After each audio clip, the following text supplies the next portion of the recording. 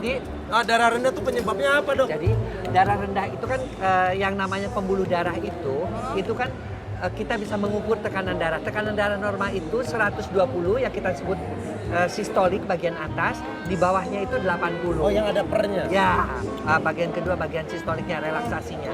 Nah, pada Siva ini 90/60 itu menunjukkan bahwa tekanan darahnya rendah. Ya, artinya kenapa tekanan darah rendah itu berbahaya sampai dia pusing-pusing itu? Pertama, karena jantung itu harus memompa darah kan.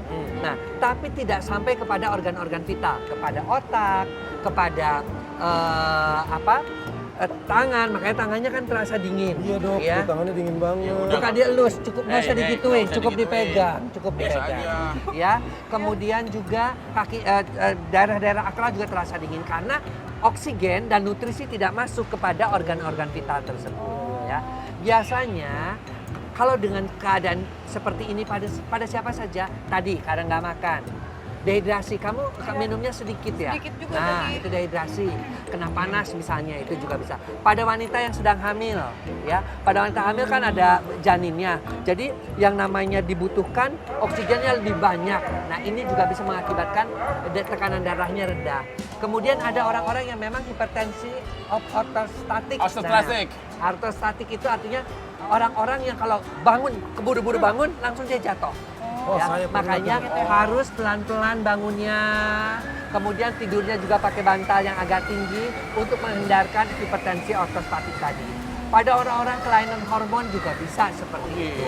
Tapi normalnya darah kita tuh supaya normal tuh tekanannya berapa sih, Dok? 120/80. 120. Tapi kalau yang rendah? Kalau rendah itu di bawah 90/60. Di atas 90 sampai 120 masih di perbatasan itu. Oh. Tapi kalau dia sudah 90/60 berarti dia memang darahnya rendah. Nah, Dok.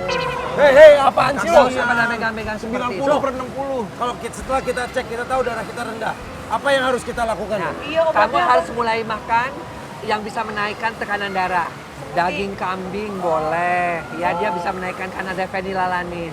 Kemudian juga banyak makan sayur. Terus Sayur juga katuk. boleh, sayur katuk, Sayur katuk tuh tambah gede. Apanya? apanya? Iya, maksudnya kan kalau vitamin tuh jadi sehat, badannya bikin gemuk. Oke. Sayurannya jangan yang pahit-pahit, apalagi Dok buat biar Tadi kan sayur hijau itu boleh. Oh, ya, apa aja sayur yang hijau hijau? boleh. Kemudian bayam itu bayam. menambah juga hemoglobin. Hemoglobin itu artinya kadar darah merahnya bertambah.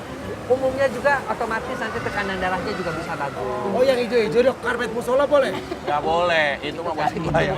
bukan sayur, Bukan buat dimakan, itu bukan buat dikonsumsi. makanan, ya.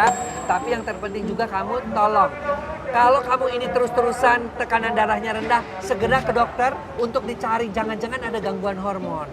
Jangan-jangan ada penyakit-penyakit yang lebih serius kayak jantung dan Aku sebagainya. nggak mau kamu kayak gitu.